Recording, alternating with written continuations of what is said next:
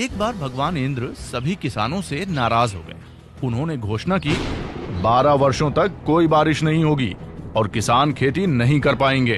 किसानों ने दया की गुहार की।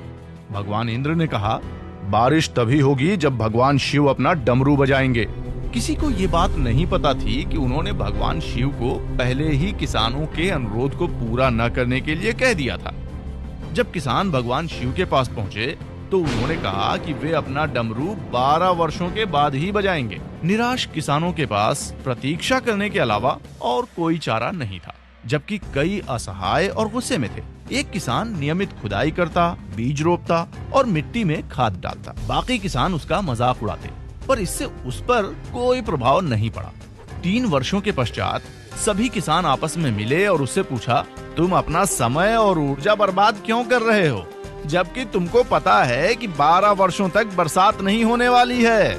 उसने कहा, मुझे पता है कि फसल बिना बारिश के नहीं उगेगी, लेकिन अगर मैंने खेती छोड़ दी तो मेरा अभ्यास छूट जाएगा और मैं प्रक्रिया ही भूल जाऊंगा।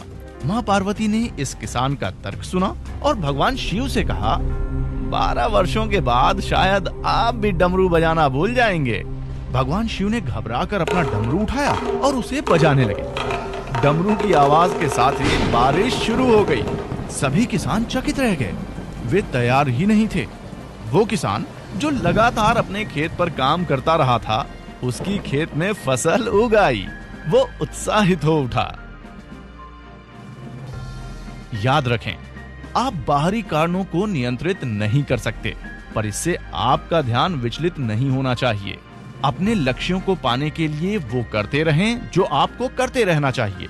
जब भी आपका मन SIP को बंद करने का होने लगे, तो याद रखें कि आपने निवेश करना शुरू क्यों किया था।